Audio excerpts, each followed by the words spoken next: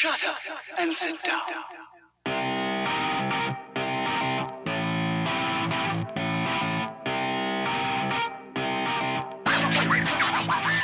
Heat! Paper! No! Move that melon of yours and get the paper if you can. Hauling that gargantuan cranium about. I'm not kidding, that boy's head's like Sputnik. Spherical but quite pointy in parts. You are listening to the Dialed Podcast with your hosts, Matt Legrand, Evan Price, Lance Heffler, and Jake Von Duering. Huh? Why would I want to listen to these knuckleheads? What? Did we just become best friends? Yup! You want to go do karate in the garage? Yup! Hey, welcome back to the Dialed Podcast. I am Jake Von Duering, and today I'm here with Matt Legrand. Good afternoon, ladies and gentlemen of the interwebs. Evan Price. I can't top that. And of course, Lance Heffler. It is me, Lance. Romance. Oh, yeah. Romance. In the house. Mr. Lance Romance is back for another one. Watch out, ladies. I know. He's going to stay. I think he's staying. Happily married 24 he's here years. for Let me good. just put that out there. 24 years. 24 months. One That's the lucky lady. 24 years of romance.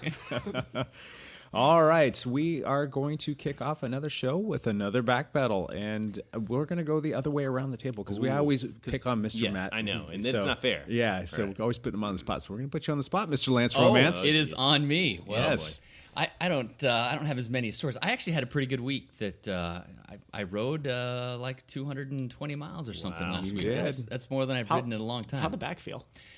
Much better.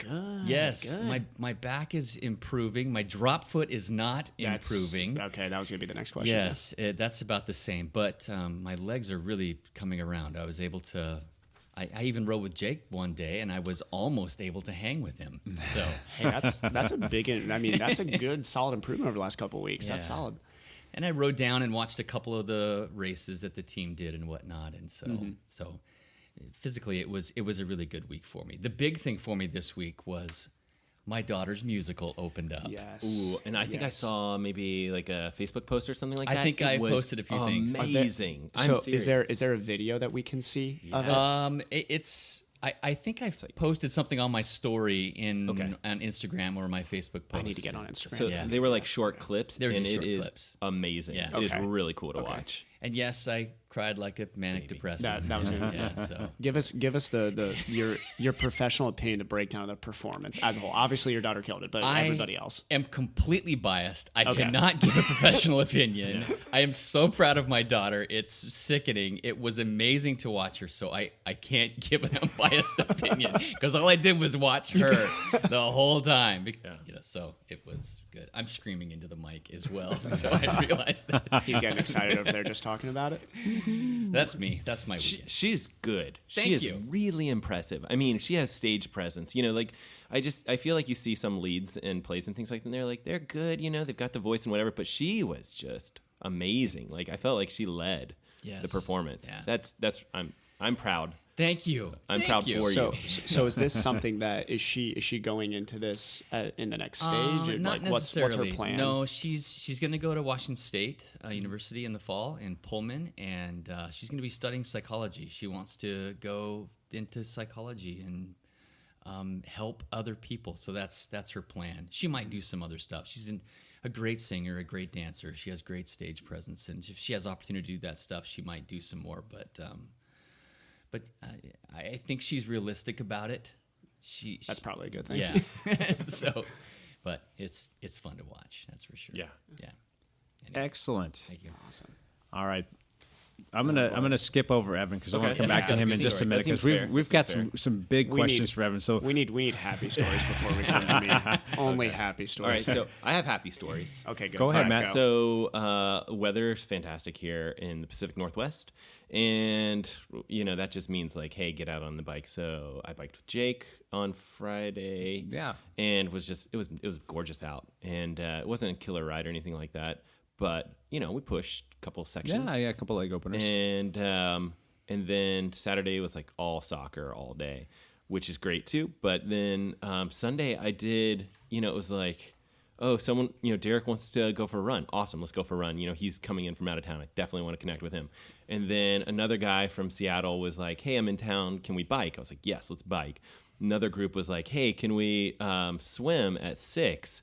Open water swim. I'm like, yes, let's do it. And so it just ended up being one of those days where it was fantastic. You do reverse try and got some, nothing was ever super hard, but, it was just and it was perfect weather, and it all worked out. Like, there was a thunderstorm in the morning or whatever, but that's my wife's chance to run, so she got to deal with that.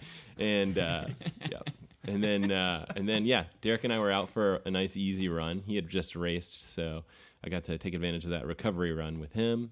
And I think maybe 40-ish miles or so on the bike, not too killer, and open water season here. So it's an exciting time to start group training. I feel like everybody's kind of motivation's coming back around. The weather's nice. You get to train with everybody. Yeah. Matt's wearing a Masters swimming shirt over here. I know. What is this? Is Matt are you trying to become a swimmer right now? So yeah, I'm giving up on all of this running business. No, the swim group that I swim with, they were swimming this morning. They're like, hey, are you coming to coffee with our group? And I was like, oh, I need to be somewhere at noon. And they're like, well, we're going for coffee, to 11:30. And they're like, you need to wear the shirt. And I was like, okay.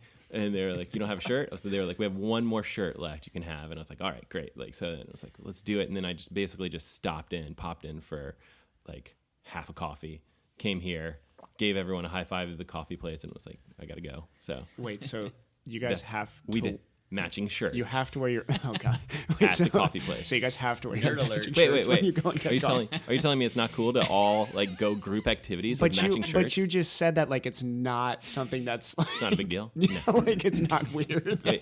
Wait. If you hang out with me, we have to match. Maybe we should move on. Fine. Hey, Matt, real quick.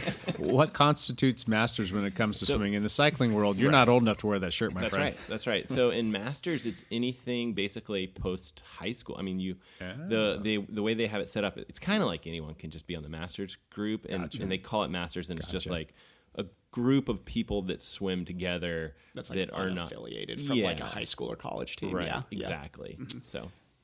Awesome. You learn something new every day. I know. Yeah. Maybe a 23-year-old can be a quote-unquote master swimmer. It's weird. Yeah. It's actually hard because if you have these young guys that come out after high school and they hop in the Masters group, they just absolutely destroy all the old people. Yeah. So, in fact, I think on the back of the shirt, you guys, I don't know, you'll read it out. I can't see. Go ahead. Never too old to swim fast. Good job, Matt. There you go. Hashtag. Never too old to swim fast is apparently a searchable thing on Twitter. I have no idea. Matt, I wore my cyclocross T-shirt for you. Ninkasi. Right. Ninkasi. Yeah. That is nice. Ninkasi is a brewery in Eugene, and they make a fantastic IPA. So I wouldn't know. Yeah, I know. Yeah. We just want you to go out there and win them for us, Lance. I did win the shirt. For the record, Lance is still just drinking water. That's so. Right. Yeah. For the record. That's awesome. Okay, the story that we've all been dying to hear. Oh, God. This is not a story anybody should be dying to hear. Let's backpedal your past week. Just give us a little lead up and talk about. I'll give a little lead up. I had just raced St. George 73 North American Championships this last weekend. It did not go as planned. Learned a lot of life lessons that I'll get into here in a sec. But one, I'm going to fly next time. I drove it is almost 15 hours there. So that was a long drive. Beautiful drive. I got to drive through part of where Jake's old stomping grounds, East Reno, through Great Basin National Park. And I think it's in Nevada. Yeah, Nevada. Yeah. Which is beautiful, but middle of nowhere and long drive. So... Yep. I know I talked to Matt about this too, and Jake, there's sometimes you think you have great fitness going into a race, and then you just, the best laid plans don't go how they should. And I was racing in heat and altitude, which I had been training in rain and 45 degrees. So it was definitely dumb on my part to think I could go there and put out similar efforts. But just to start off, basically got there. I was solo. Nobody was with me, which is another mistake. You should always, in triathlon world, if you're racing an Ironman, always go with somebody because it just makes your life a lot easier, especially after the race when you're shelled. Yeah. So So, real quick, when you drove down, what day you drove down on? Thursday. So all day Thursday. All day Thursday. Race Saturday. And Saturday. Did you feel the after effects of actually sitting in the car and driving the car by yourself for that long period of time? The legs were tight that night when I got there, and then fell asleep. When I woke up Friday, to be honest, my little pre-tune-up race training felt fine on Friday. Gotcha. And that's where I think I got this false confidence that okay, I'm ready to put down similar numbers to what I did at the World Championship last year. I was that was my goal, was to be, really, and people who look at my result are probably going to laugh at it. My goal was to win the amateur overall at St. George. Mm-hmm. And seeing the guys who were at the top, I was very close to them at Chattanooga, so it should have been a reasonable goal. Those guys train at altitude and heat, and this guy does not. So they were tougher than me on that. One of these things does not. The other. I got beat by tougher athletes on Saturday, and so the swim, it was cold. It was chill. It was a 60-degree swim, which Matt knows. It's on it's on the chillier side, especially when your goal is to go out really fast. So I kind of had to sprint the first 400, and you get in there and you're cold, and there was no warm-up option either, which is rare for that 73 distance, but it was just the way that it's set up. They couldn't allow people in to warm up. So, got in the water, long sleeve wetsuit, kind of froze up to start, and sighting was bad. Kind of first open water swim of the season, and I blow by the first turn buoy like it's a straight buoy. So the group I'm with all of a sudden isn't next to me, and I get hit in the head by one of the paddle people saying turn left. Around. I actually heard him say turn left. Rare that in a swim you actually hear anything. But I actually heard him say turn left, which means I was decently off course. So kind of got back in, had to sprint in the middle of the race, which I didn't want to have to do. But got out of the water in 30, around. I saw your timing. I was like, that's a little off for you. Yeah. I was expecting you to be about 2 minutes faster. Fitness wise, I should be in the 28s now. I'm not making excuses there, but that was definitely a slow swim for me. But got out, got through transition, got onto the bike, and just knew I was like, I can make up 2 minutes on the bike. Right. Didn't realize at altitude the power is going to be a little bit lower for me, and I got with some fast guys kind of through the midway climbing section of the race. And there's a lot of climbing, a lot of descending. I found out I'm really good at climbing, not really good at descending right now. I'm not too heavy, and I did not, technically I was fine descending, but just that was where those guys were. I would put about a minute into them on the climbs, and then they would come and catch me again. We were kind of playing cat and mouse there for a little bit. Came off the bike, though, in decent position, to be honest. Outside of some mental errors in transition, that probably lost me 30 seconds, which over 73 is not a huge thing. It's not going to make or break your race, but I think my main issue was lack of hydration on the bike. I hydrated like I do at sea level, in 73-degree weather and not 93-degree weather. So Ouch. I didn't adjust, mental mistakes, talking about mental mistakes, sighting in the swim, not getting my transition game down, and not changing my nutrition were three big ones. And that run, for anybody who knows that run, that is a 5K dead uphill to start that run. And I went out, I was thinking, I was like, I can hold pretty solid here. So I got out of transition with a group. It was 4 or 5 of us. We were all I think spanning from 3rd to 6th in the age group, 7th in the age group. So it was a group. And me and one guy kind of broke away from the group, feeling good, going up the hill, hit mile 2 and a half. This is where kind of the reason I wanted to bring up this race report is because everybody at this table has had that point in endurance sports where it's a dark place sometimes. This was the crest of this hill at St. George is probably the darkest place I've been at in endurance sports probably in my life. Not to get too depressed here, but that was the darkest place I've been in endurance sports. Ouch. I got to the top of that hill and the guy I was with dropped me like a bag of sand as soon as I went through a Jake experience. Both quads cramped up at the same time. And they were not typical cramps. I've felt hamstring cramps before. I've never had quad cramps before. Got to the top of that hill and they seized up to the point where I went straight leg. And I laid down for a second because I was like, oh, this is bad. It's bad. And I looked at my legs and my left one, which I'm still feeling today a little bit, was pulsating, not fasciculating. For anybody who's in the medical field knows that it's a little fasciculating. No, this was a full contraction. Tetany kind of again, thing? yeah, like again and again and again. And I kind of grab it, and I'm like racking my, physical, my medical knowledge brain. I'm like, oh God, how do I get rid of this right now? And there was a volunteer who was right there who came up from the tent. She was like, oh my God, are you okay? She sees me like fall onto the ground, basically. She grabs my leg. I tell her, I do a quick, if anybody's ever done like a strain counter strain sort of stretch. I did that really quick. I calmed it down for a second. And I get up, and anybody's going through cramps. I mean, I'm talking like just knives in the quads. And I kind of went through that moment that I'm sure, especially I know Lance has been through this moment too, being the Ironman. I know Matt has too, and Jake in bike races, but especially in that Ironman, when you have that question like, are you going to DNF? Right. Because I just, the group that I had beat going up the hill now has passed me. Right. And I'm sitting there thinking, like, my race is done. And in my head, like, I was defeated at that point, 100% defeated. Like, I defeated myself there. And so I'm kind of sitting there thinking, I've never DNF'd to 73 before. Do I DNF this race?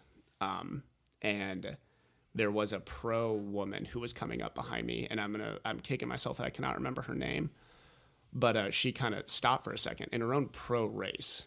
Some random amateur, she stopped to pat me on the shoulder and asked me if I was okay. Yeah. And said, like, let's keep running. Errors and omissions. We'll find her name. Yes. Yeah. I need to find her name. Yeah. And she got me moved. Like, at that point, I told Stephanie, Derek's mom, I was like, if Stephanie can truck through Oceanside the way that she did, like, I can absolutely make it through this. So I got running again. The stride was not very long, and it was painful. So, yeah, finished the next 10 miles. Oh, 10 miles. Wow. So you were basically shag jogging the last 10. It was, I didn't feel good the rest of it was a limp run the rest of the race. So yeah. Survival, just get to the end. Yeah, it was absolutely survival at that point. I'm wondering if that long drive had a lot to do with it. I mean, one of the things we've talked about on this podcast is like, hey, the travel is another stressor that you really need to take into account, like travel for the race or travel for whatever. That it's not to be dismissed, right? Mm-hmm. That's a real stress that's on your body, you know. So that could be part of it too. Yeah, and then just blaming. I like to point the finger at myself after bad races.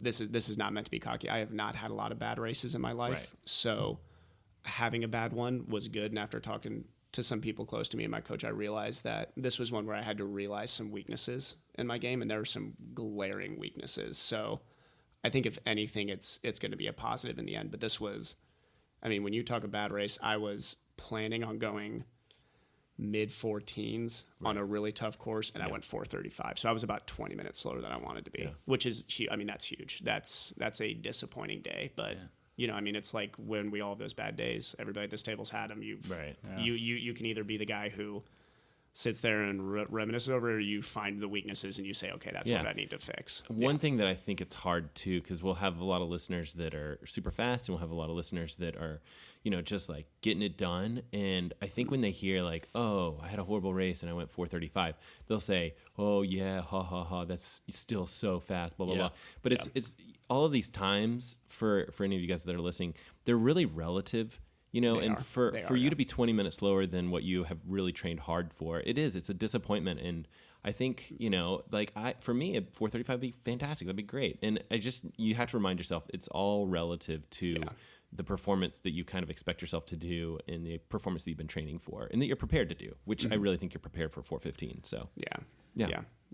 It was a disappointing day, but I mean, you nailed on the head with, it's something that I wanted to bring up because I think everybody's been through that moment in racing. And I think, so for me, I know looking at the pros, I see this. So I look at them and I'm like, God, if I had that speed, I wouldn't care about how good of a day I had. But when you get to those levels, you always want to be performing at where you're at. So I think everybody in the sport, this is what brings us all together, is we've all had those very low moments in endurance sports where like self-doubt, and just completely doubting yourself creeps in. And it's good to realize that no matter what level you're racing at, every single person goes through that. I mean, I was talking to a pro after the race who had not a good race. He had a bad race for him. And the guy went like 4:06, I think, on that course, which he's fast. Yeah. And I mean, he was sitting there doubting himself, like the guy was getting back on a flight to head back home, and he was just bummed out. Right. And, for me sitting there, I was like, God, I would have taken a 406 today. You kidding me? I would have won the amateur field if I would have gone 406. But, it's different. It's very relative. It's 100% relative. Yeah, I find that in longer endurance races, if you don't, the mental game is very critical. Oh, yeah. If you don't have that one thing that you can focus on when you hit the dark place, you're going to DNF. You're not going to finish. But you have to know what that one thing is. And I don't know what that one thing is. That's for everybody individually. Is it a time I'm trying to achieve? Is it I'm just a goal of actually finishing this race? Am I trying to qualify for another race? I just want to prove to my kids that I'm a cool person? It's you got to have that one thing that pushes you past the dark place, because everybody hits the dark place. Yeah. And you nailed on the head there. Everybody's got that thing. I think I found for me, that thing was, and this is going to sound selfish, but usually I like to be as not selfish in the sport as I can be. But for me, it was, I actually had a moment where I was doing it purely for myself. Like, I thought, I was like, I am not going to DNF because I've done too much to DNF at this point. Like, I have put in entirely too much work into this sport to ever DNF this. Now, I wish I had some heroic story where I'm like, I'm going to do it for my 3 kids one day, but I don't know if I'm having 3 kids yet. So, and your kids might still think you're not cool, no matter what. That's true. No matter what Ironman. Like, Dad, you do. Dad, you can barely walk. Why'd you just do that? Yeah. Exactly. So how was that car ride home all by yourself? That was, I had a lot of time to think about that race, which is, I probably played that, especially when, so here was the biggest thing for me is I think the guy who finished 3rd overall, great racer, his name's Davis Fries, very fast guy. I was like less than a minute off of him at Chattanooga, which for me was big because I've seen this guy race for a while and I know how fast he is.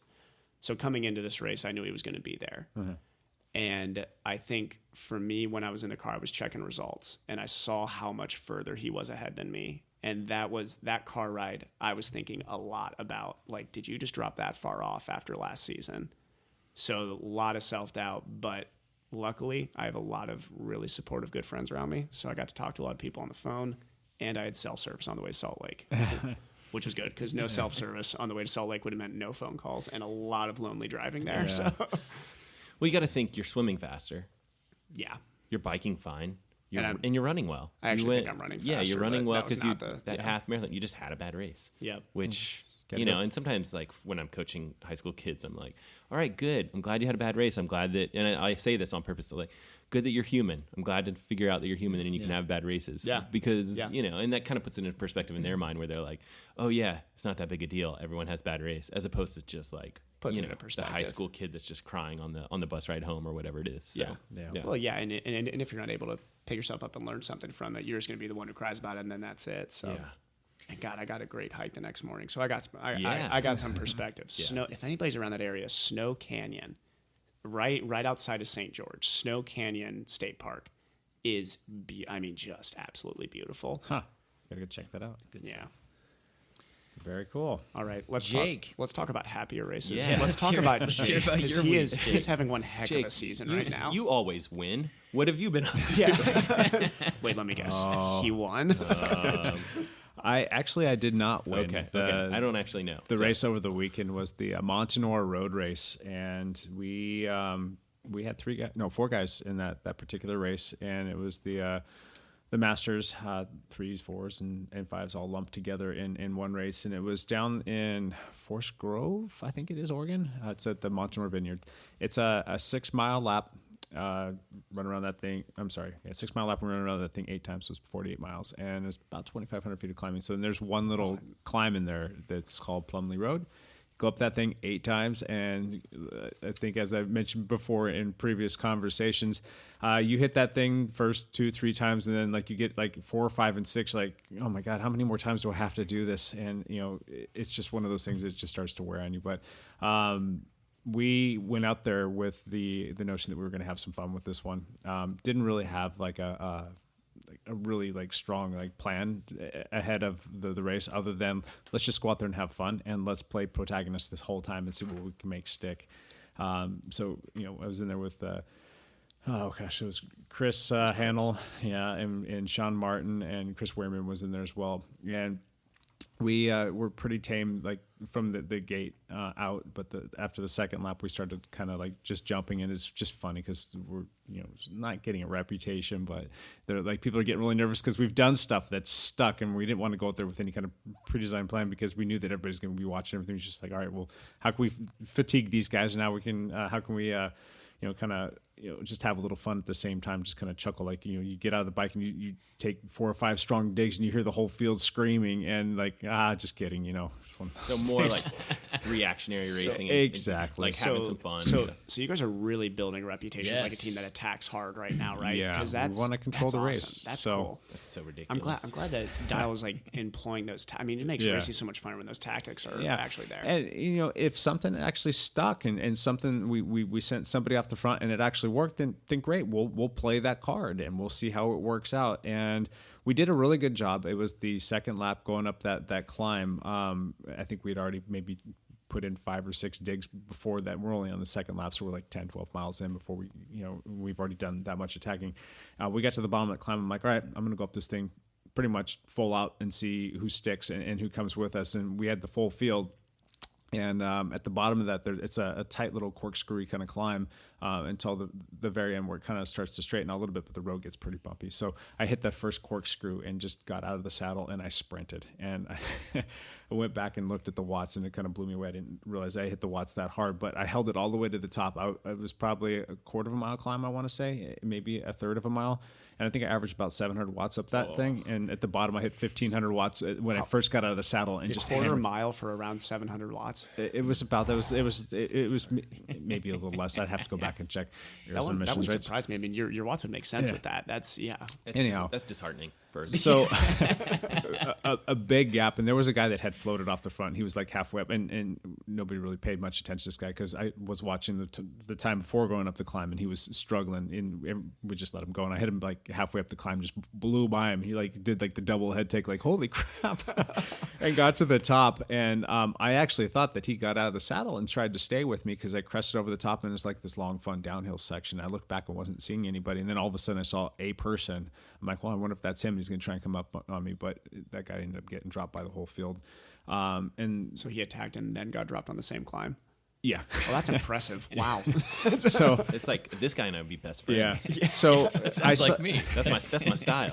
I saw one guy coming up, and I knew that this wasn't going to stick because there's some strong guys in there. And the one guy ended up kind of catching up to me because I was just in the drops, not going super hard. I didn't want to be, hero of the day and try and do this thing all by myself. And he ended up catching up to me. It was another guy that was a strong rider, and then the whole field ended up catching up to me again. But this time it wasn't the field. There was only like 8 or 9 guys left. So we pretty much tore everything apart in that process. And we had a pretty select group of about, actually I think it was about 9 or 10 people. And that group, for the most part, stayed together until the end. But myself and Chris and Sean, we were just putting in digs and attacks and digs and attacks. And it was kind of funny hearing some of the people saying, we know that you're just trying to tire us out. It was kind of funny just getting those little remarks. But they gotcha. Yeah.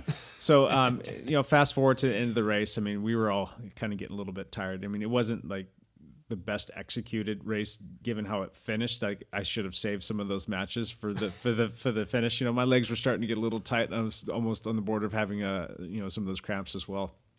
And we got to the final climb, and Chris, the guy is such a workhorse and such an animal on the bike. Basically, led everybody halfway up this hill, and it did like a lot of the pace setting for the last couple laps as well. He pretty much held it off. I think he ended up getting like 5th place, which is pretty solid given the work that he did. And then I was at the back of that 8-man group, and we came around to the very finish. And one guy, the guy that actually ended up winning the race, his name's Webster, played it perfectly. He jumped a little bit early. He's a strong climber. And I got out of the saddle and I came around the 6 other people or 7 other people, and I just couldn't get to his wheel in time. And he got me by about 3 or 4 bike lengths, I think. And then I took 2nd place, and then a friend of ours who rides for Therapeutic Associates, Greg Steele, took 3rd. And then I think Chris came in 5th, and Sean came in 6th or 7th. I've got to go back and double check that. But another great team result. I mean, we had 3 top 10s, and then a podium out of that, and that's a lot of team points for us, and it's good stuff. Points go like 30 deep, right? 15. 15? Oh, yeah, okay. So it's not all the way down. I thought it was deep. Yeah, 15th place gets 1 point. First place gets 15 points. So okay. So we beat out Therapeutic Associates points wise, though, right?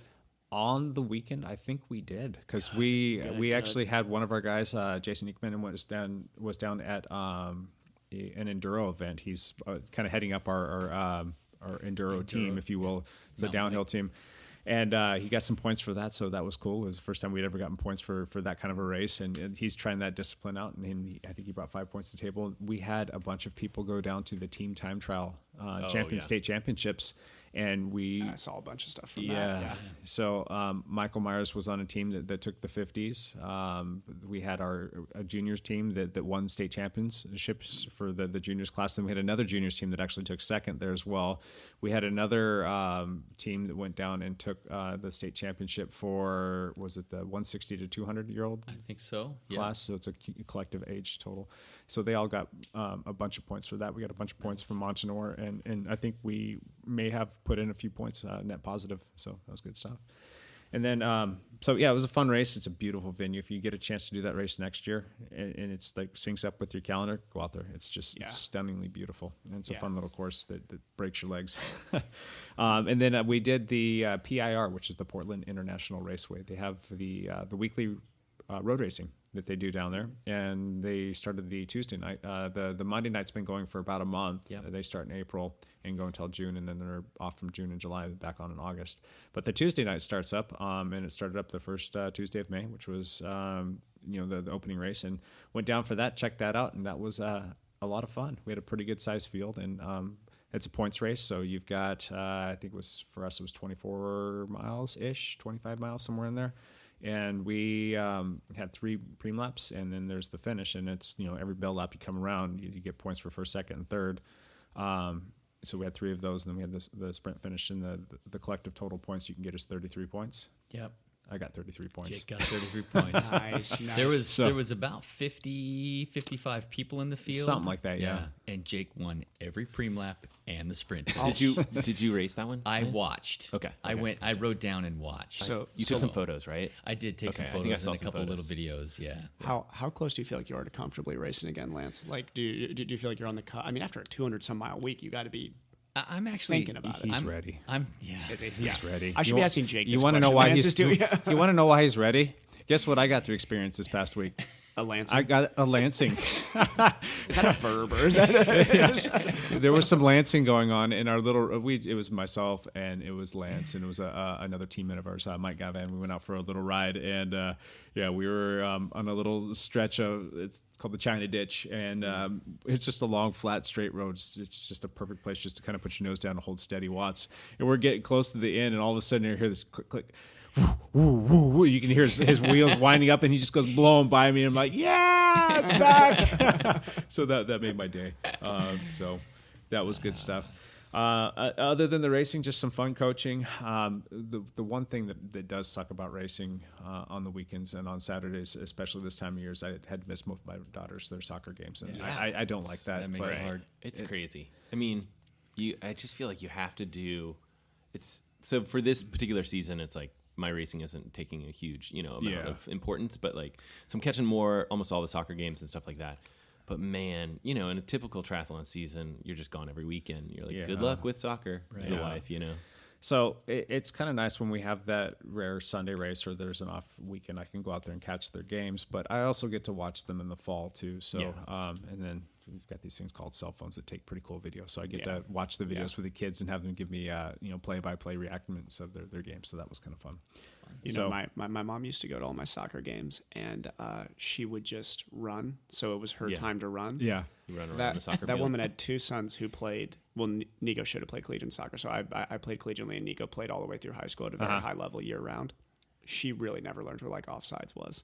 So she was there. Yeah, but she was running. She's probably going to hear this and be like, I know what offsides is, Evan. That's but no, she ran a lot. Which looking back, I'm like, if my kid's playing soccer, I'm probably going to be like, all right, yeah. I was there. I saw it all. At soccer this weekend, I saw this like really nice, like all the way around the fields. They had like this nice paved path, and I was like, I could run that and just be, this hour could be like power hour. You could get decent little bit of mileage in there. But like as the kid, like that's the parent. You're like, you don't want the parent that's sitting there like barking at the ref and just making everybody's life miserable. It's like, Mom, that's fine. Just go run. My problem is I have one kid playing soccer. I got two other kids that are trying to kill themselves, on playgrounds or whatever. So no chance to run. Yeah. I've also thought about like setting up the bike trainer and just being the weird. That would be so awesome. Just like out there pedaling. I've seen that before. No and way. You would fit that so well. You look like the guy who does that. Actually, you do look like the crazy guy who does that. Don't listen to him. You should wear your master swimming shirt while you're doing that too. Yeah, that'll put an exclamation. Sorry, I have to wear it to get coffee. Yeah. So. I have to wear this to get coffee. That's great. Okay, let's move forward. Let's get into our first topic for this episode, and this is going to be a fun one. And this was inspired by Matt LeGrand and a little video he recently did. We'll plug that here in just a moment. But the question is, what's in your race bag? What is in your race bag? So recently, actually not that recently, maybe a couple weeks ago, I did this video of like, hey, what's in your race bag? Where I unpack my race bag and repack my race bag, and you can find it on the YouTubes. But when I was unpacking my race bag, I found like 4 pairs of goggles in there, which I brought my race bag to the podcast today, and there's still at least three, maybe there's probably 3 or 4 pairs of goggles in there. And the reason is because you want to check like the lighting conditions and stuff like that. You don't need 4 pairs of goggles. I don't know why, but like, you're always checking that. And then I also have 3 swim caps in there, which I don't actually use a swim cap when I swim, but I know, right? So why have 3 swim caps? Last night, I was swimming open water, and one person was like, I forgot my swim cap. And I was like, here, I gotcha. And there you go. That's why you have them. And he was, like didn't know him. He's like a new guy or whatever in the area. And I was like, oh, cool. That's awesome. And now we're best friends, right? And then like Derek was like, oh man, I don't have my swim cap, 10 minutes later. Come on, and I was like, yes, I've got all these swim caps. I'm actually I threw him one, and then I still had one for myself. I was like, this is okay. I'm glad I actually brought extra swim caps. But in my video, I talk about like chamois cream. I don't actually touch on it for that long, but I have like I unpack a chamois cream container, and then I'm like, okay, I'm gonna try. This is just some little race that I'm packing up for. I'm gonna try a different chamois cream. So, in the video, I'm like, all right, throw this one out, like drop this next one down, and the one that I was gonna take to this race it's called D's Nuts Pro. Chamois cream. We used to sell that at my old bike store. Did you really? Yeah, we did. Okay, Yeah. Do you know what? They actually make a women's specific version of that. You know You what? gotta be kidding. Was it hoo-ha cream Hoo-ha or something cream? like that? Yeah. So I was like, okay, great. It's like, you don't want to try, and this was one of the points was like, hey, you don't want to try anything brand new for like a big, A race, right? Like for an Ironman or something like that. You've been training all season. You don't want to like break out something different. So I put this on or whatever, and I'm like, okay, that's fine or whatever. And then like a couple minutes go by, and I'm like, okay, something's tingling. What's going on here? What's going on with these nuts? So then why it's called that. And I grab the container, and I'm like kind of looking through the ingredients, and I'm like, okay. And at the very end, it's like menthol. I'm like, what? Why? Why would they put that in Why there? is there menthol? Well, like what were you thinking? Like this? Cool and keeps you nice and refreshing. Is there like cinnamon in there too, or something? So as we talk about what's in our race bag, I wanted to warn our listeners that D's Nuts will give you that big gay tingling, sensation. fresh feeling. So if you're not looking for that, which I was not looking for it, this would be a skip. Maybe it just like takes your mind off of how bad your legs hurt. It's like, oh wow, there's something going on down there. Well, And then, I just no. I think it's a skip. I think it's a hard pass. So that's a hard pass on these nuts. Well, on D's Nuts. I think the other one that I usually use is called nut butter. No, is that the one? Is that the butt butter, not nut butter. Come on, just man. butt butter? You're using it wrong. Is that what the problem? That's the butter. It's just. I think it's just. Is it chamois butter? Yeah, butter. Yeah. BUTT hyphen R. Sorry. Not hyphen, but I'm apostrophe thinking R. about D's Nuts. Oh my God. So anyway, that's one I usually use, and it's fine. Maybe we have to get you some hoo-ha cream instead. Yeah. Anyway, But I thought this was a very important subject matter for us to discuss. Oh, it is. Yeah. It's. I mean, this is, as I'm trying to hold it together over here, like this is really important to talk about. It is. I mean, you're talking about an Ironman. That's a long time to be in a saddle. Yeah, I can't. That's in a typical triathlon. I don't usually need it, but like an Ironman, yeah, you want something. What's the strangest thing that's in there? Was it that stuff right there, or is it something else? Oh, strangest thing that's in here. You know, once you get to like the fourth pair of goggles, you're like, what is going on? When I watched the video, that's what I was thinking. I was going to call you up and say, hey, Matt, you got some goggles I can borrow? Man? Yeah, exactly. But yeah, I have mostly just standard stuff like a race belt. Yeah, and then like That's the thing I chip timing ankle I belt. was just looking at that. I have like 5 race belts. Right. It's like you only need one. I think every single race I go to, I think I don't have one, and I buy throw it one, in there. or we get free ones. Yeah. And it's just like, okay, now I have 10 race belts for no reason. That's not something you like. You need one race belt. You Yeah. do like maybe caps. I can understand. You don't need 5 race belts. Like that's Right. ridiculous. It's so funny what collects, all these weird things that just collect in your bag. Yeah. Evan, what's in your bag? So I cleaned mine out at 2 a.m. last night, but there's still some funny stuff in there. Okay. Prior to that, there was a ton of dirty clothes and everything, like a wetsuit. It was terrible last night. I was just blindly like unpacking the bag at 1 a.m. so I could fall asleep or whatever time I got home. But I do have almond butter in there, which is questionably old. This probably was their last season. So does I've anybody had that know? I've had that same one from Yeah. different events that I've done. Do these ever go bad?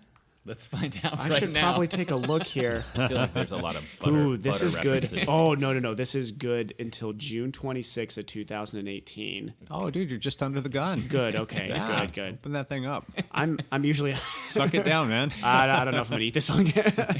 I usually do almond butter morning of, so I can understand why it was in there, but I don't know why I didn't grab it. The funniest thing, I'll skip the rest. The rest of this stuff is just like anybody's on a triathlon, you get like a million, like 40% off, 15% off things, and they just pile up. I probably have $1 million that I have not saved myself just purely through these coupons. But so the funniest thing is, these like silica gel things that you see in like beef jerky packets. Yeah. Yeah. Keep the I had, moisture out, yeah. I had one of those in a quarter sitting in the bottom of my bag. Not for nothing. No That's probably idea. not a bad idea. I mean, with all yeah. the stuff that we throw in our bags that's sweaty or wet, that's not a Probably bad not. idea. You're I- trying to dry your But Speedo out with I that. actually don't think I did that on purpose. I actually think I random. had a beef jerky packet because I usually buy them Yeah. after races, and it ended up in there. But I think I may keep this You and might actually be just start onto using something. it. Yeah. You might That's want to in your bag. Beef jerky, you can brand some of race those things. bag? Man. You got a Yeah. whole thing. Yeah. Yeah. Same Pro idea. tip there. Pro tip, yeah. You use beef jerky. We have silica stumbled gel. onto the next $1 million idea. I actually may need to trademark that. And then the last little ridiculous thing I have here is AquaGuard defend your hair. This is pre-swim stuff to rub in your hair. Which is random. I mean, like, I've had a shampoo before that's like Right. afterwards. Yeah, there's I don't know what they do in there, but something to deactivate the chlorine from the pool to drop in your hair. Wow, this is like you need a chemistry degree to understand what's in this thing. Oh my gosh, yeah. Dentist, that's closer to chemistry Yeah, than that's me. closer. You understand Yeah. any of No, those? I still- Is there menthol in that? Yeah, my head started burning out of nowhere for some reason. Yeah. Very cool. Jeez, no. So that would be your one strangest thing you got in there, huh? Yeah, I'm not even sure what this is. I don't know how it ended up in there either. Does it guard your hair? Like Put some on. I have no hair to guard anymore. I shaved my head. Yeah, you and Matt are looking a little sans hair today. yeah. I don't know. I think Lance has got the best head of hair here today, so maybe he should Thank use you. this. Thank you very much. Romance. All right, let's get to the most interesting bag over here. Lance's looks like he's got don't- some stuff. Mine's not that interesting. I literally just grabbed it out of the garage as I was leaving. And of course, it's not a triathlon bag. It's like a road biking bag. And this is for my road bike. And I realized I have 2 of everything.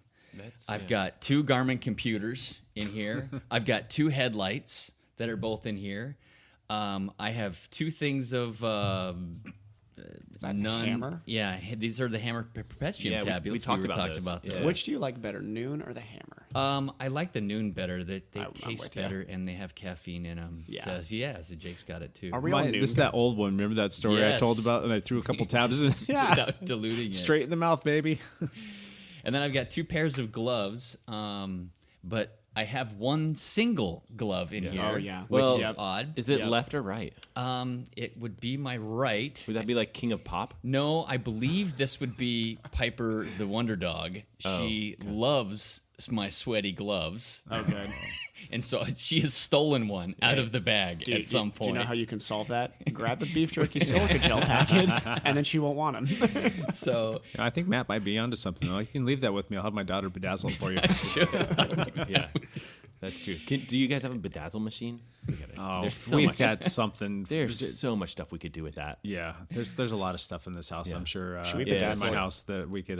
There's enough girls track here. down. Yeah. Oh, I was gonna say like bedazzle like the cycling kits for one race. Yeah, just be fun. Have some fun with that. Yeah. If you get Lance on a ride and you lose Lance's You have race, to you race get to wear in the bedazzled. bedazzled. Yeah, bedazzled. Yeah. I do have two tubes. Interestingly enough, one is a cross tube and one is a mountain bike tube, 29er. They're neither for my road bike, and this is my Both road in the bike road bike bag. Efficient. And I have a rusty multi-tool and As they should be. and 2 pennies. Right. So that's What mine. can you buy for that? 2 pennies. 2 pennies. Yeah. I think it just makes me feel good to have money with me. Is this? I'm not sure. That's your 2 cents, man. That's I was. my 2 Oh, cents. Jake beat me to that. I was gonna be like, is that in case you need to 2 give your cents. opinion on something? You can just. You can hang that around. Lance's 2 cents. Mr. Jake. What, Oh, you know what? is in I your found this new chamois cream. It's here. You can have it, Matt. Try that as a sample. Yeah, I've got a healthy fear of chamois cream at this point, but well, That's good stuff. That's biofreeze. No, it's not. No, it's not. Good times. Good If you times. combine that with the D's nuts, I think Yeah. it gives you. This is extra power. cooling menthol formula, so Yeah. you know it's good. That's again one of those race things. That I've probably had that in my bag for no joke Yeah. about 3 or 4 years. I mean, it's starting to look a little disheveled. And you too, get the samples of this. Yeah. Actually, they definitely do a lot of samples at races. So I mean, I had a couple races this past week, so I've actually still got some leftover stuff. I've got this. We've got this Scratch Labs, the Hyper Hydration Mix with mangoes. I really recommend this stuff. Evan, next time you go into a heat race, this stuff is the business. I'd give you this, but I only have like 1 or 2 left. But I can get some more for you if you Yeah, want. yeah, because we saw it out of the Movement Revolutions, right? Yeah, that's and what I through thought. dialed cycling. So And through Dowd, yeah. I yeah. need to get So it. I need to this get some of stuff. That stuff is magical. I've really come to enjoy that for Okay. the warmer rides. So Yeah, I got to make some changes there. and those energy chews and all that stuff. But God, you would think I'm some sort of like Guido. I've got all these like body sprays in here. Guido, He was spraying Old Spice in here earlier. Just Old Spice. It's one spray lasts all day, and I would have to agree with that. This stuff is something else. is that even a good thing? Like I don't- know they're like one spray lasts all day. It's like I'm not sure if I want that. Like, can you even wash it off? Or is it just there? You're It's like, like is this a product warning? Yeah. Or is this, the Bear please only Glove one body spray. spray. Bear Glove body spray. The reason why I have that, I was, God, it was like I bought it for one thing as kind of like a joke. I think I bought it maybe for my son for Christmas, just because his name's we call him Bear for short, and it's Bear Glove, and we got this kind of as a joke. And then there was one day like I needed my kit was still like I forgot to wash it, and I was short on the kit, and I grabbed this stuff and I sprayed it on the kit, and it actually like kind of killed the Jake stank. Well, and it worked all right, so I because just it's threw that probably in the there. most overpowering smell Yeah. anyway. Like, did you want that over that? Well, I was like, all right, what's the lesser of 2 evils here? So the Bear Glove won out. So that was fun. so would you say that if you didn't have a clean kit, you would wear a long sleeve on a hot day? Yeah. On Friday, I rode with Jake. Yep. and It was he a showed up, and I'm beautiful like, day. It was probably like 75 or something. It was pretty warm and sunny, and he shows up in like long sleeve shirt, and I'm like, that's gonna be toasty, buddy. Yeah. I've got multiple like backup old kits in case I get in that situation. Yeah. Like, we have, and I do I'll wear it normally, dirty. but They're here's all the deal. dirty. You're biking too much. Yeah, 100% right it was dirty, yeah. it was a laundry day, so my stuff literally was in the washer, and I'm like, Yeah. well, I'm not going to sit around. And it was like kind of like a short nose ride. Yeah. but I've got a bunch of dialed kits. All out on loan to people that are yeah. that are waiting for our most recent order like that's your out there to bikes. come in. So I've got 3 kits out on loan. So those are my backups, and my one and only that I have right now was in the washer. So I was looking around at everything. I'm like, I'll just wear the long sleeve. It's not that big of a deal. It wasn't like hot. Well, it ended up getting pretty was warm. It warmed up quite a bit when we got out there. So It's the one way to get a workout, though. Yeah. Would you say that the Old Spice is the weirdest thing in your bag? no. Oh boy, this is gonna get weird, guys. I'd say you thought D's nuts was good. circa about I'm gonna guess 2015. Oh boy. It's a Pop-Tart bag, a bag of Pop-Tarts, and it's now crumbs. It's Pop-Tart crumbles. yeah. And you know what? I just never took it out of my bag because I don't think those ever go bad though. I'm pretty sure like those and cockroaches make it through the apocalypse. So that's the backstory on this one was I was up visiting my mom, and she lives up in this town called Gig Harbor, Washington. And I went to go out on a ride, and I went to my bag, and I forgot all my gels, all my chews, everything. I'm like, I got nothing. And I went into the pantry. I'm like, there's nothing in here that's really going to fit in my jersey pocket. And I looked out of the corner of my eye. I'm like, Pop-Tart. Oh, that's perfect square. It'll fit right in my thing. So I threw it in there, and I never did actually eat it. But I'm like, all right, I'm just gonna hold on to this, and I threw it in my race bag. And 3 years later, it's still here, and it's like a million pieces. It's all crumbled on. I don't even know what flavor it is. It's probably strawberry. I've got a buddy who his main nutrition. Kit's gonna kill me that I'm telling this story, but his main nutrition is Pop-Tarts. So he'll go on like a 120-mile ride. Just bring Pop-Tart. 4 Pop-Tarts. Like, you kidding me? Like that's what you're going off of?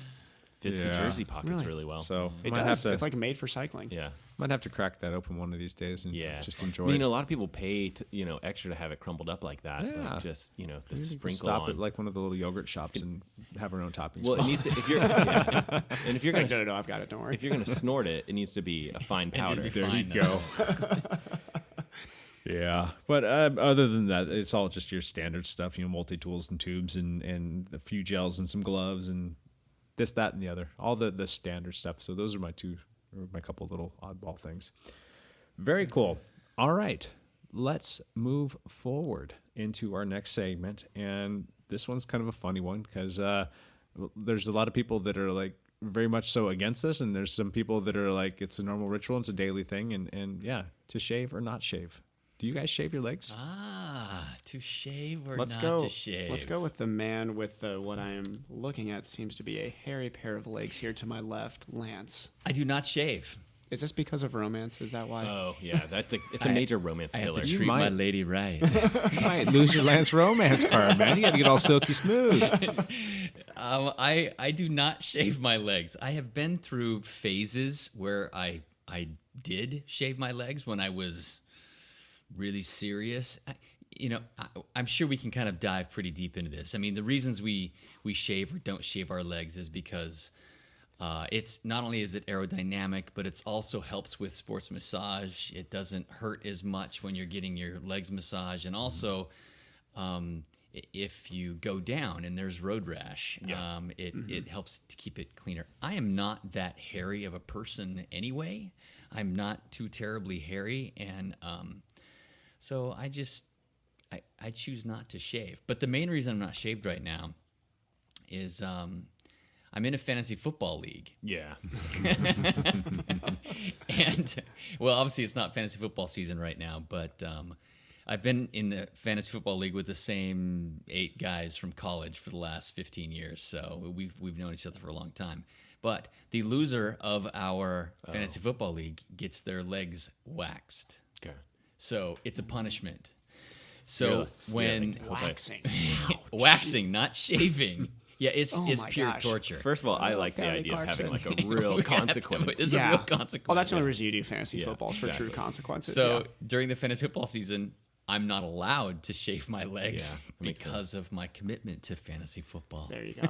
Wow. I appreciate it. Wow. All ridiculous We should reasons. like wax you on Air. a podcast, on air, so you can get the immediate reaction of how much pain is going on. Do you have to go somewhere to like get waxed? Yeah, what we would do is we would meet for the Super Bowl. We'd all watch the Super Bowl together, and our halftime show was the loser getting his legs waxed. Ouch. So Wow. That's almost better than Justin Timberlake. it Really. was fantastic. Close, not quite. But Well, you should tank this next coming season so you can get prepped and ready to go for your triumphant return to the 2019 road racing That's season. right. There you go. That's right. Well, yeah. How about you, Evan? Do you wax thy legs? Yeah, I think I've told the story Or in a previous shave, yeah. podcast Right. of my prior to shaving history. When I was 19 is when I started shaving, and it was after a crash. I had every plan to never shave my legs, and then I realized, oh wow, if I crash again, I would really not like to have to get gravel out of my hair again and an infected cut. So I do. I think at this point it's just a habit thing with the season. This is what I've talked to people about. It's like when I shave my legs, it's like the season has gotten serious. So it's almost more of like a ritual thing at this point. I'm not sure I've yet to see the research out there that really says that it gives that much of an aero benefit. There is research, and I will go through that in just a Oh, moment. boy. Jake is going to address that. I'd be The interested. same thing? Yeah. Because I know in the triathlon world it was a joke. I know Jesse Thomas once put up a funny post where he was talking about like, I was just in the wind tunnel. And it wasn't really a joke though. Well, no, he was joking about it, but I think that people had said no, there's research that actually does prove. But he said he had like saved 30 watts or something like that with shaped legs, which I think he was just way exaggerating just to be funny. But he was one of the first people. Like he went to the Specialized tunnel, right? And so they Specialized is a bike company, and they actually have their own wind tunnel, which not many of the bike companies do. But he went there, and they were doing some photos and stuff, and it was like, okay, we're testing you or whatever. And he was like, they were like, we're doing a lot of photos for publicity stuff. We need you to shave. I mean, he should shave his legs for the photos and all this stuff because it's triathlon. And they shaved, and then they got back on the bike and were doing more testing, and they're like, wait a second. Wait a minute. Yeah. We're seeing number difference. And they tried, and they were like, do the test again. And he didn't know what was going on. They're like, do the test again, do the test again, do the test again. Like, so they kept rolling through it, and they were like, okay. And then they're like, we're going to have to talk about this because, and then they did some tests on some other athletes, and they were like, yep. That's interesting. I mean, I could see, like, I'm a guy with really thick leg hair when my leg hair goes out. Like, it's like the one Italian part of me. I have really thick leg hair. So do you want me to run through the numbers that they came up let's with? actually hear the numbers here. Yeah, so Specialized, they were saying, like, depending upon how hairy you are, it does make a difference. Like, so if you're, Lance, you're not super hairy, or, if you're Evan, you're super hairy, that would affect, like, the numbers quite a bit. Yeah. But, so I think he was deemed medium hairy, if there's such a thing. And they light, medium, and heavy. based on the aerodynamic testing that they did, they found that he was 82 seconds faster over 40K. Oh, that's huge. it's a lot. That's So huge. think about how much. I know. No, I'm seriously kind of though. with Lance here. I'm like, Think about, and hold on, there's Yeah. more to the study, but think about, just as a side note here, how much money do we spend on our equipment, our bicycles, to Absolutely. save that much money? And we're talking about a can of shave cream and a razor that is going to give you, this guy 82 seconds over 40K. That's, and for those of you who don't know what 40 kilometers is, that's 25 miles. Right. And he's an Ironman athlete, so it's more That's like, the- it's like 5 minutes. That's the him. Olympic distance bike.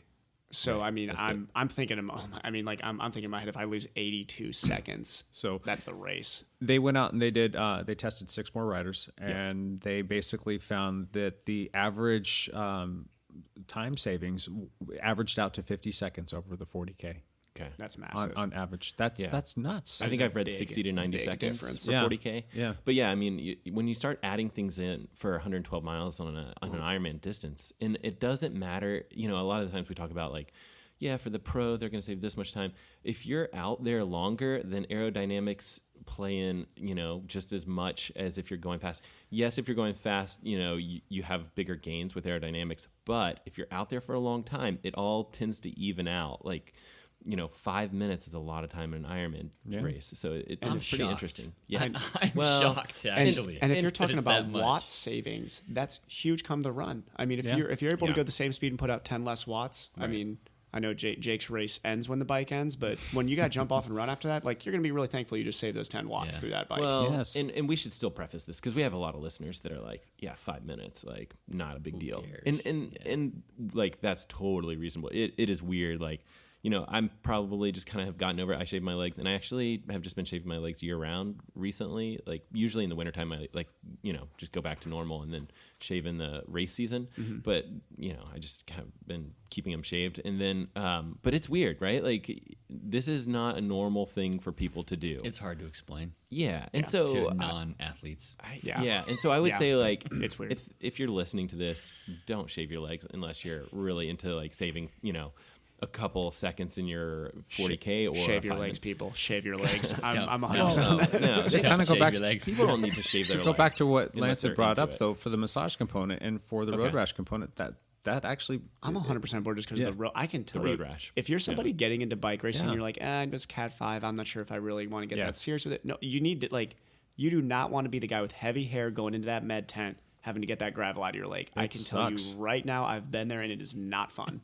Now Lance's hair, like, I could see he'd probably be a little bit better, but my hair's like was coarse and long. It's like grating cheese to get out of there. It's terrible. Like, Maybe my hair doesn't grow very well because I've crashed so many times.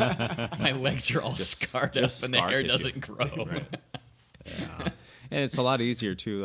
There's this stuff called Tegaderm for when you do get road rash, and it's if you ever have to go through the process of dealing with road rash and getting that stuff to heal up. I mean, there's just it's oozing all the time. It sticks to your bed sheets. It's just terrible. So having the ability to put some Tegaderm on there, which is basically like almost like it looks like a plastic wrap kind of bandage deal that adheses all the way around it. That stuff works like magically. It really does. It helps you heal quite a bit faster.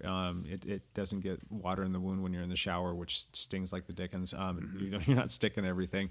That's another big benefit there, and I've been there. So have you guys ever shaved your arms? Yes. That's what I was going to bring up next. So was that study? Did they shave the arms too? Lance is cracking up over it, but I'm going to tell just you. legs. In that particular study, they did not, but then later on they did. They checked arms, and it's so instead of 5 minutes, it's like 2 minutes. It's not nearly as significant, but there's numbers to be saved. So for my races, I shave my arms. I do for one race a year. Right. So I choose my one big A race and I shave my arms. I may just start consistently doing it. I mean, if it really makes that much of a difference. Yeah. Lance is like cracking up over here listening to this. This is What about the ladies, you guys? Who cares? Who cares? Oh man. Oh, you remember that episode where we talked about with our little weird quirky things? This is it. I can't stand the feeling of my leg hair flapping in the wind, and the same thing with my arm hair. Honest to God, I don't like that feeling, and I will only wear certain kinds of shirts because if they're like too hard or too firm, I won't even put them on me because I just don't like the way that it feels. So what if you have really light arm hair but heavy leg? I mean, is like did they have like a light versus heavy? I'm arm sure hair it's the thing? same thing. Yeah. I'm sure, and probably. you're probably talking about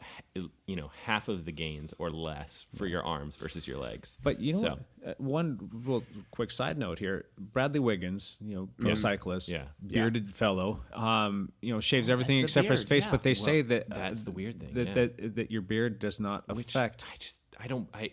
I see that. And I get that they did the numbers. I just don't believe it because they did a test with a guy with like kind of a normalish beard. I think what it is like your frontal area. You have that disruption in the wind, and it's and it's been busted. But the cylinder parts of your body really need to be smooth. Yeah. So I don't know, but I still feel like if you have a big beard, there's no way that thing doesn't catch air and break. So you guys have seen the movie Dumb and Dumber? Remember their shag and wagon thing? Yeah, I think we need to put that on Lance's bike. Go along with his hairy legs. So. Yes.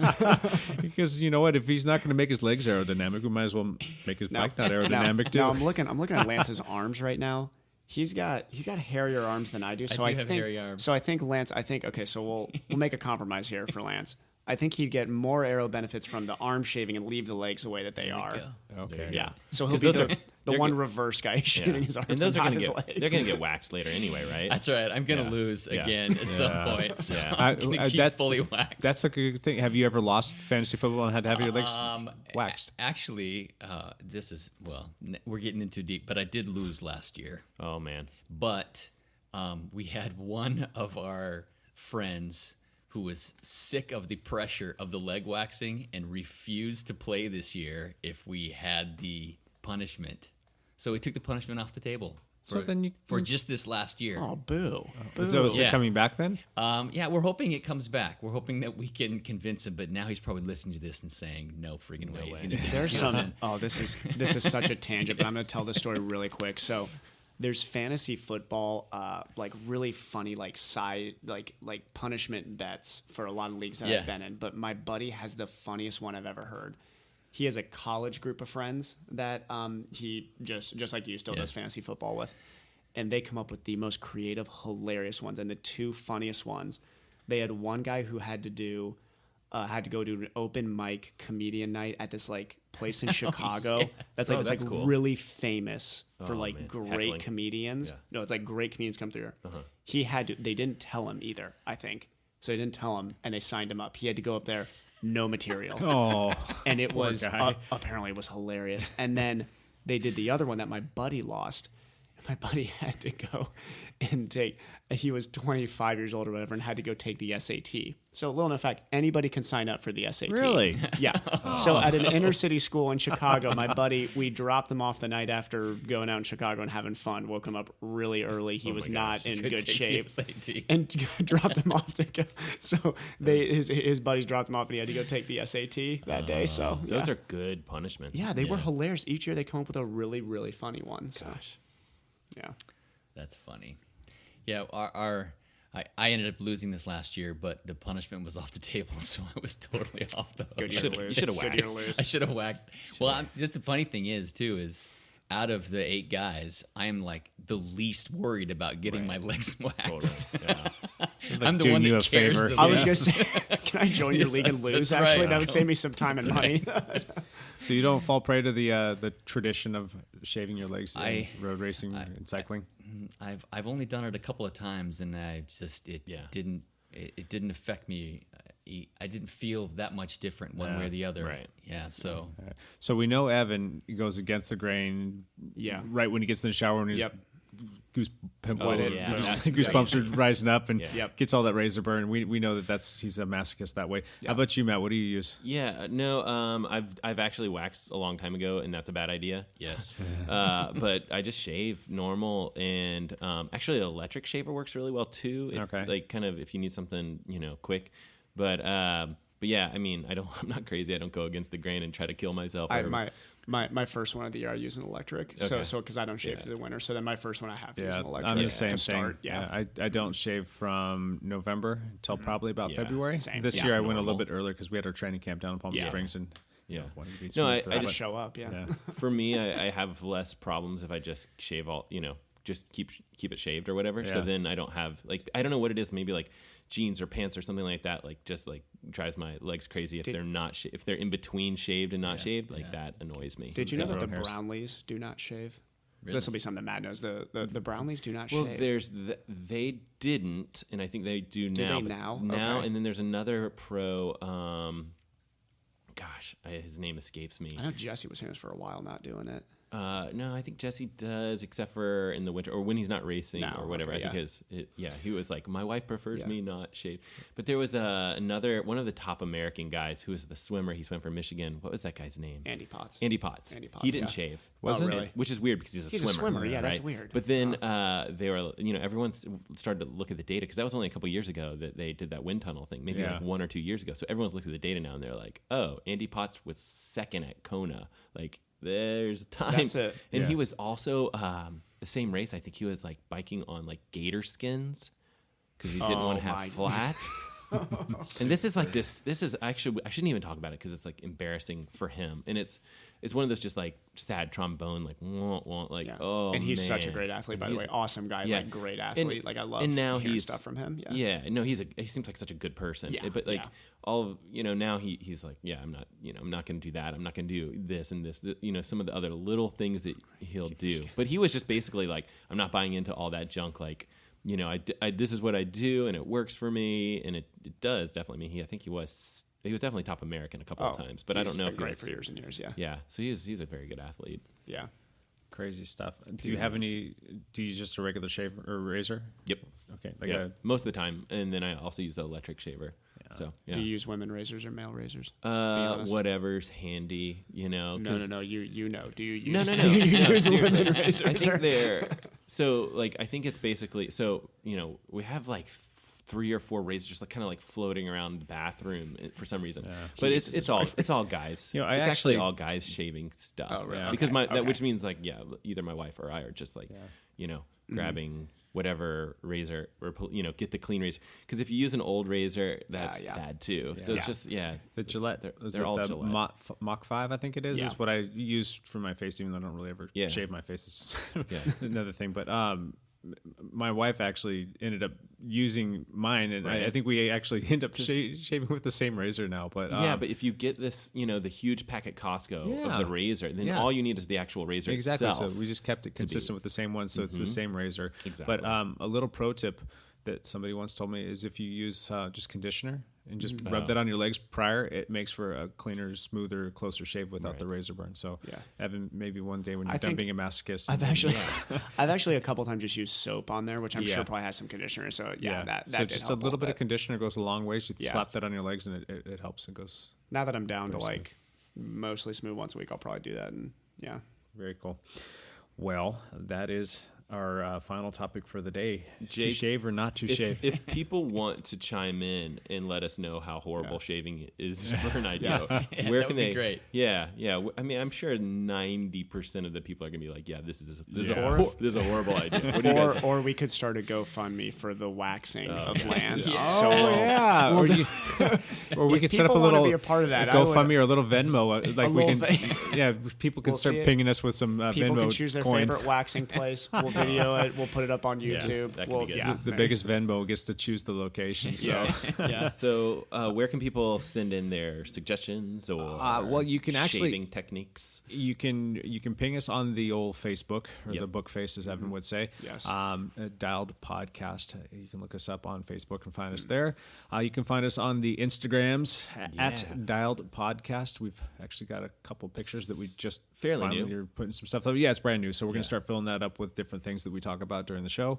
So you can ping us there, but you can also email us, any one of us, our first name at dialedpodcast.com. And that's Matt, Evan, Lance, and Jake. And if you can't remember any of that and you just want the simple, go to info@dialedpodcast.com. Yeah, definitely one of the things that I wanted to say, was like I'm getting much more feedback recently about the podcast, which is really cool. It's awesome. Yeah.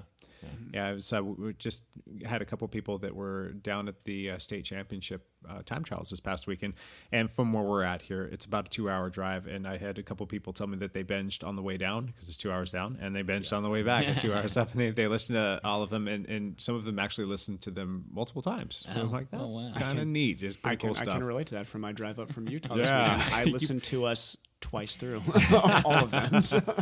That's fun stuff. So, all right, our final little segment here. One last thing. And I'm going to start with Lance, since we always pick on Matt. So we're going to give Matt a little. You're being way too kind to me. Yeah. One last thing, Lance. Throwing a big party at my house this Friday for my dad's 80th birthday. Oh, wow. Yeah. That's very cool. So good genetics. That's kind of fun. So we're hoping that, so I've been working in the yard and trying to clean it up, or I should say I've been hiring people to work in the yard to try to clean it up. So very cool. That's what's happening with me this week. Yeah. You got any riding? Yes, cool I'm stuff? really tossing about whether I will race tonight or tomorrow. Well, on Monday night or Tuesday night at PIR. Do it. My wife is saying, please wait and be careful. Just a training ride. That's all it is, with a little bit of fun and intensity with 50 of your closest friends. So we could have a really fun race recap. Lance Romance's return triumphant return to 1400 watt sprinting. One last thing, Evan. My last thing is the Giro is getting going this week. I think we're on to stage 4 today, so it is going to be heating up here as they go through some of these climbs. And if you want to just sit and watch and appreciate how hard a 3-week stage race is when they've got to go up some just absolutely incredible climbs, it's fun racing to watch. The Giro is always exciting. I'm very biased because I'm Italian and I just love the Giro, but yeah, could make for some really good early morning, because if you get up early enough, you can watch it live. Yep, so, exactly. That could be nice. That is a nice thing, and definitely looking forward to some warm weather Saturday, Sunday outdoor rides. I gotta start getting pushed on the bike. So anybody who wants to join me, I like climbing right now. So yeah.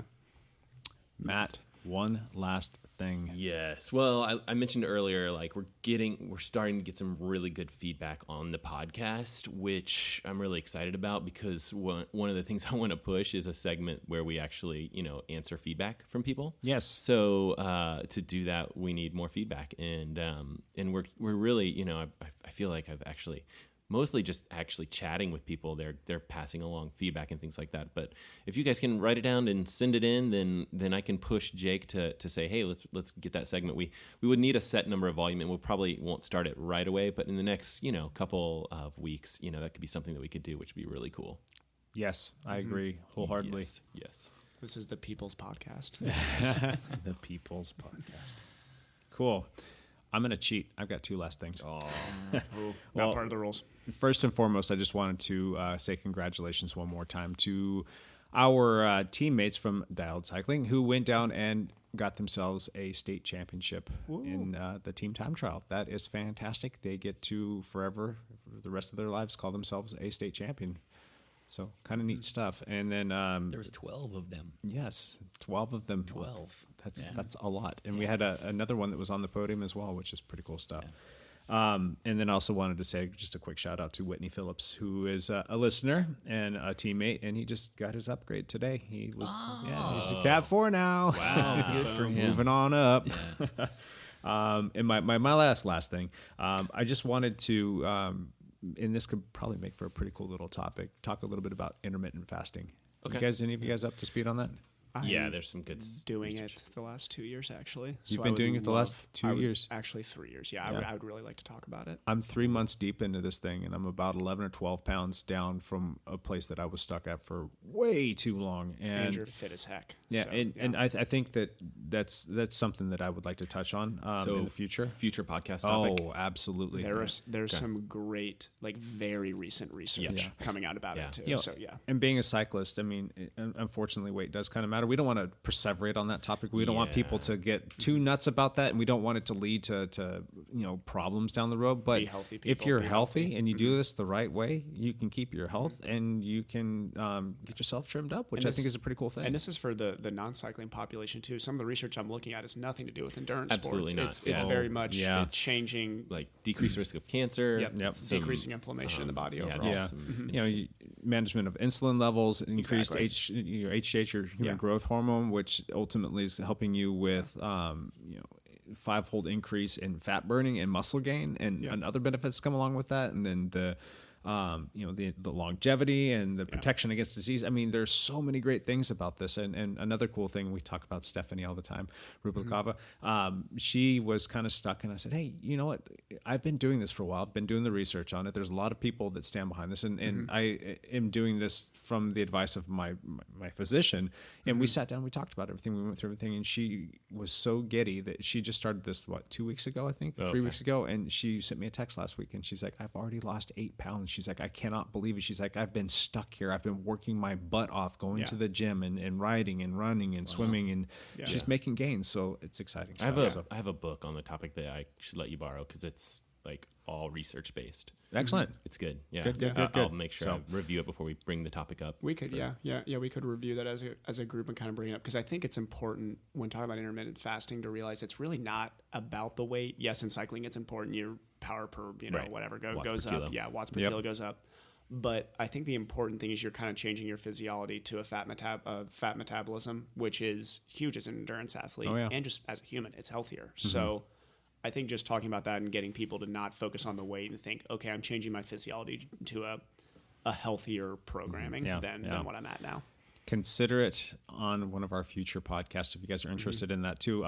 Definitely shoot us some feedback on that. If that's something that you want to talk about or you have questions about, or you want us to address anything that you might have to say about that, hit us up. Again, info@dialedpodcast.com. Go to Facebook, Dialed Podcast, and you can go to Instagram as well and check out us at Dialed Podcast.